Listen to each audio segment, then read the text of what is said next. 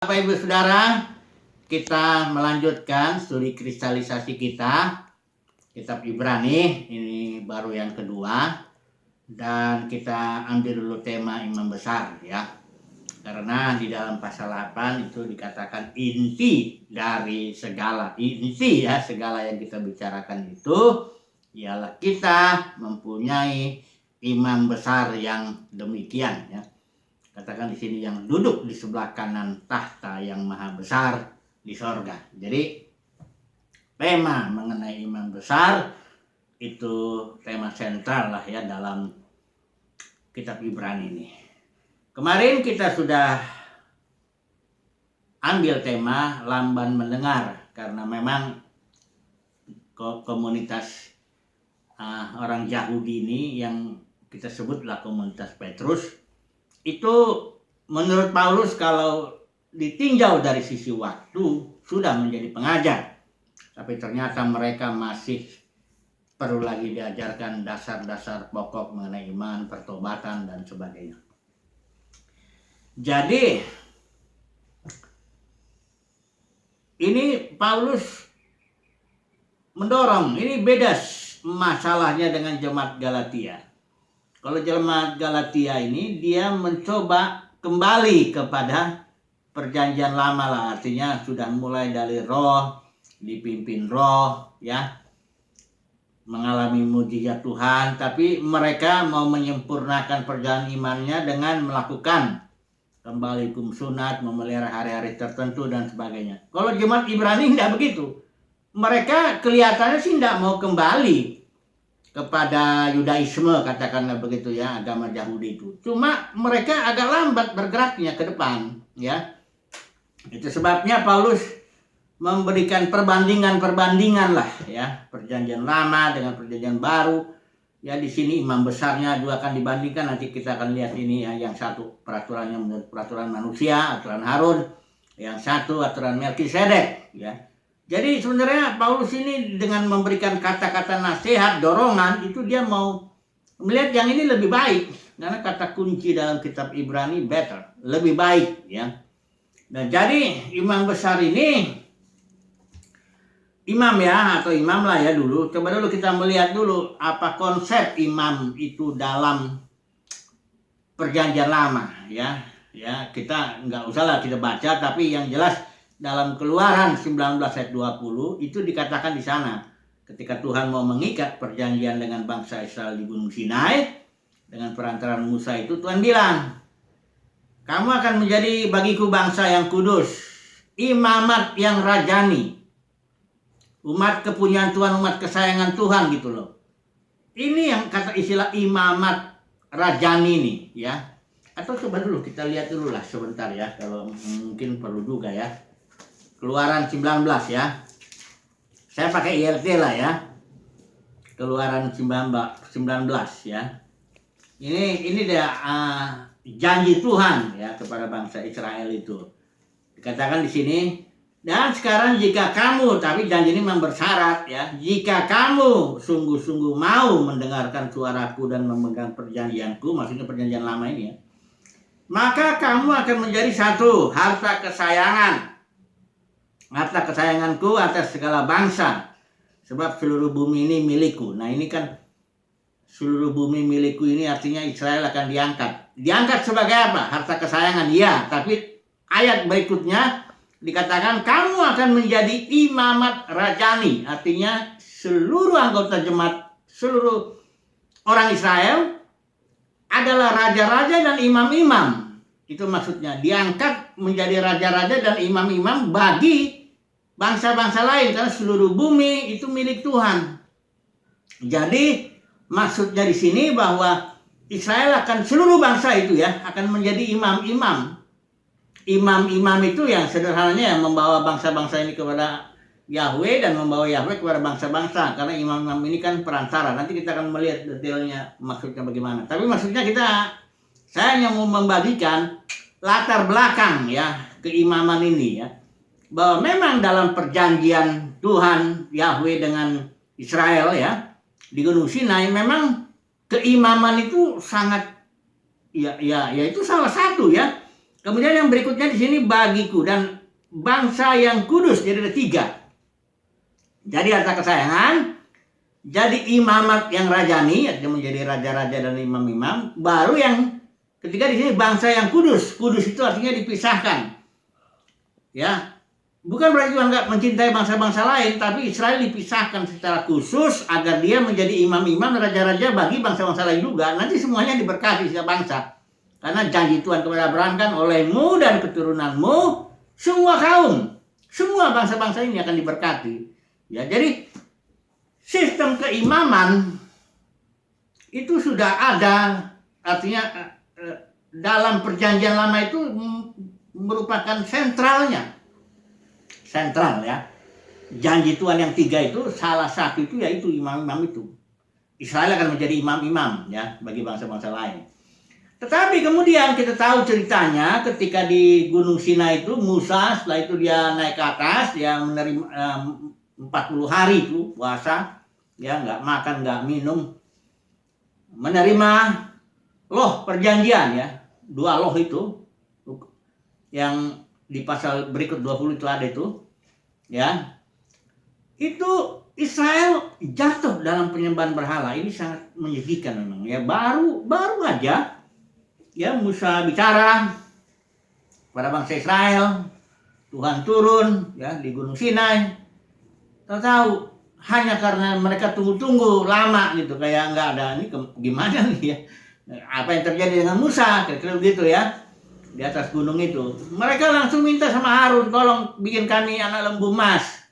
Nah ini untuk memimpin, untuk menjadi Allah kita lah. Nah terus Tuhan bilang sama Musa, turunlah, itu bangsamu sudah kau pimpin belum aja apa-apa sudah menyembah berhala ya. Kemudian Musa turun, udah selesai itunya, tulisan yang ditulis jari Elohim, jari Yahweh. Ya dibantinglah oleh Musa itu karena dia marah, dan kemarahan Musa disetujui oleh Tuhan karena Tuhan nggak menegur ya. Lain kalau waktu Musa mukul batu ya, itu Tuhan tegur. Jadi kemarahan Musa itu memang ekspresi daripada kemarahan Yahweh. Dibanting itu loh batu itu loh, perjanjian itu pecah. Dan Musa bilang, siapa yang berpihak kepadaku ya? Datanglah. Nah, rupanya datang suku Lewi aja yang datang. Yang lain enggak. Nah, terus Tuhan Musa bilang, pukul itu dengan pedang itu, mati banyak itu. Dan kemudian Lewi ini menjadi imam. Ya. Mengimami bangsa Israel, suku-suku yang lain. Nah ini jadi tadinya rencananya itu janji Tuhan kan ada, janji ini bersyarat kan, jika engkau mendengarkan suaraku kata Tuhan, engkau akan menjadi imam, imamat rajani, imam-imam bagi bangsa-bangsa seluruhnya, seluruh bangsa-bangsa.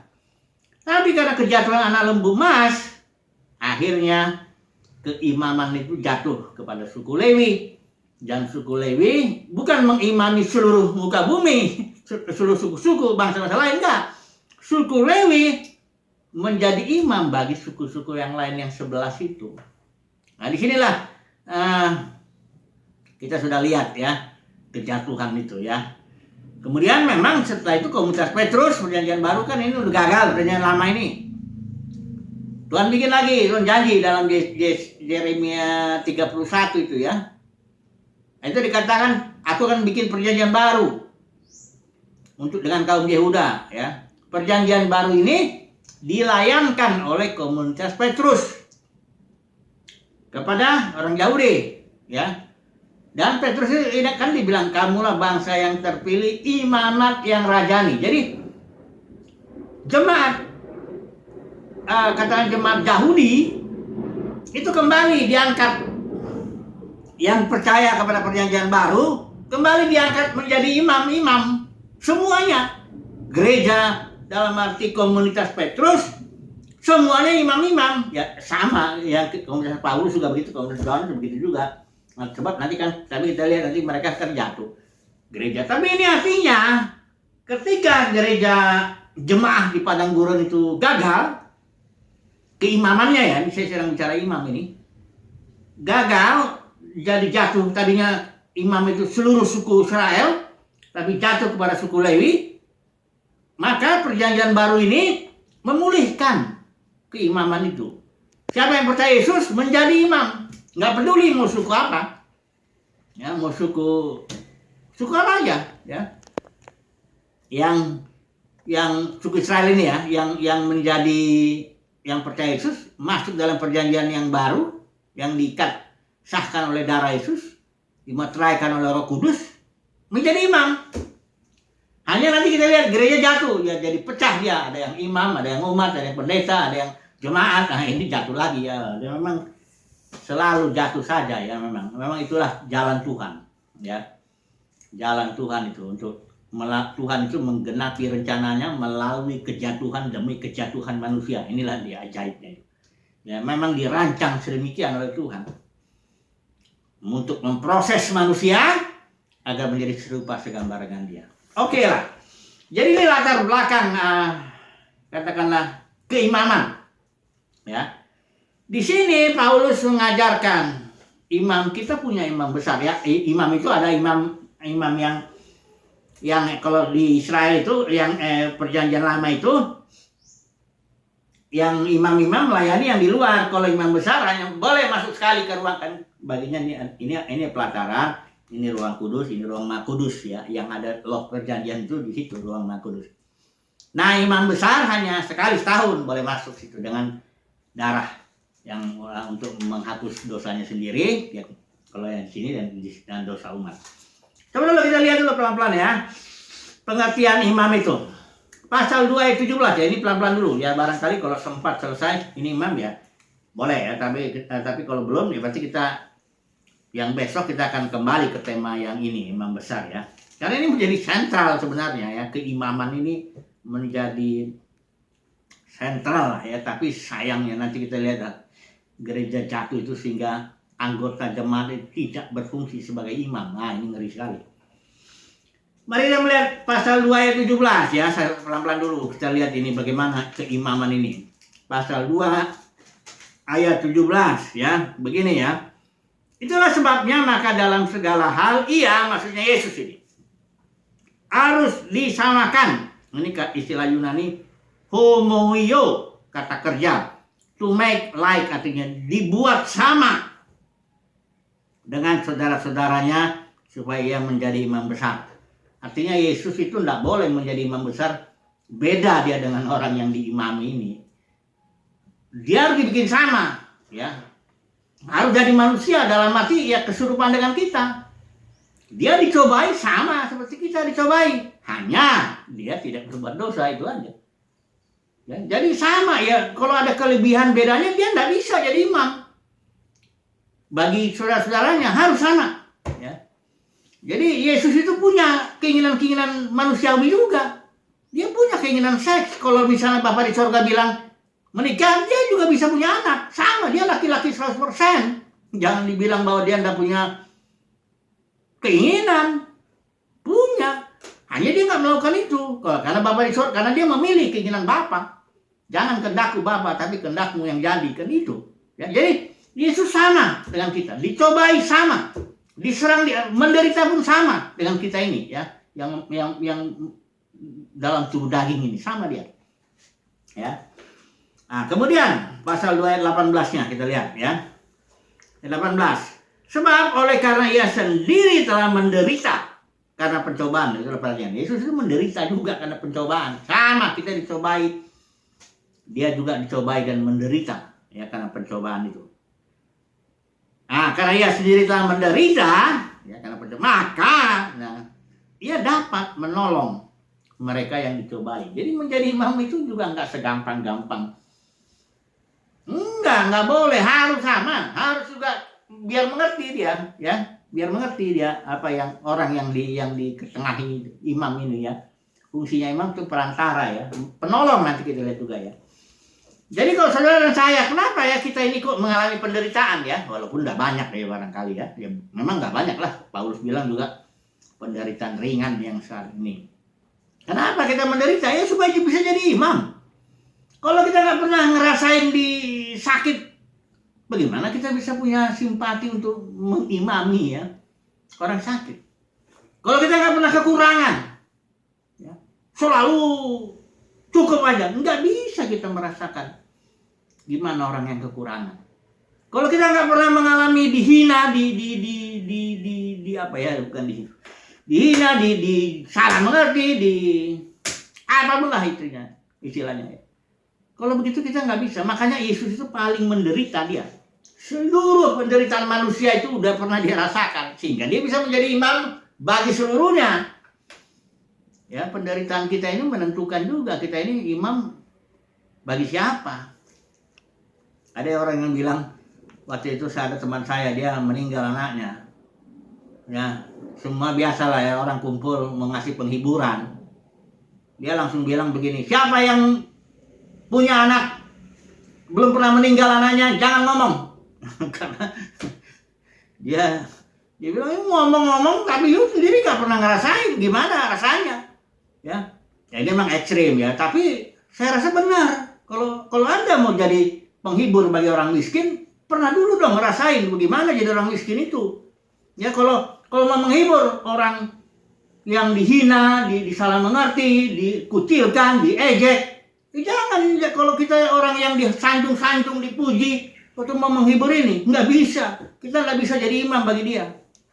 Itu dia. Kalau orang nggak pernah sakit hati, ya diputusin pacar gitu ya, terus mau menghibur orang yang diputusin gitu, nggak bisa. Nggak bisa, saudaraku. Ya, harus dijadikan sama. Ini firman Tuhan bilang. Ya, itu makanya jangan sok deh jadi penasihat ajaib ya. Banyak orang penasihat nggak salah kalau dia panggilannya penasihat keluarga gitu. Tapi kalau menurut saya ya, kalau keluarganya dia baik-baik aja, saya nggak terlalu mau dengar dia, karena dia nggak akan ngerti. Kalau nanti saya cerita misalnya ini ada masalah rumah tangga saya begini, dia nggak akan ngerti. Sebab rumah tangganya baik-baik, emang mungkin keturunan bapak ibunya baik-baik, kakek neneknya baik-baik, nggak punya pernah masalah rumah tangga. Janganlah jadi penasihat. Kalau menurut saya ya, jangan mengimami orang-orang yang konflik, ribut rumah tangganya. Saya beri contoh ekstrim, ini saya agak menyimpang sedikit. Saya beri contoh ekstrim, supaya saudara tahu bahwa menjadi imam ya tidak semudah. Gimana ya? Tidak semudah saya punya pengetahuan untuk jadi imam, enggak begitu. Misalnya begini, ini contoh ekstrim. Ada seorang yang menikah, gagal, 25 kali dia nikah, 25 kali gagal. Ini contoh ekstrim, ya nggak ada yang begitu. Cuma saya bercontohnya. 25 kali kawin, 25 kali gagal, cerai 25 kalinya itu. Terus ada yang satu orang menikah, satu kali saja dia menikah. Keluarganya bagus, baik-baik, nggak cerai gitu. Nggak apa, semuanya baik-baik lah. Terus yang kedua-dua ini mau bikin seminar. Seminar rumah tangga, bagaimana supaya rumah tangga bahagia gitu loh. Ya, seminar begitu kan banyak ya. Kalau saudara mau dengar yang mana? Mau dengar yang 25 kali gagal ini, cerai 25 kali, atau mau dengar yang sekali kawin nggak cerai? Kalau saya akan dengar yang ini. Saya nggak mau dengar yang ini. Saya mau dengar yang ini. Setidaknya saya bisa tahu 25 hal yang jangan dilakukan kalau nggak ingin cerai. Kalau ini, karena rumah tangganya bahagia, ya paling dia bisa ngasih 2 atau 3 hal, ya beginilah caranya. Saya akan lebih banyak pelajaran dari sini. Dia bisa lebih ngerti. Kenapa? Dia ini sudah gagal, sudah ngalamin lah. Dijadikan sama lah istilahnya begitu. Ini kalau saya ya terserah kalau saudara mau yang.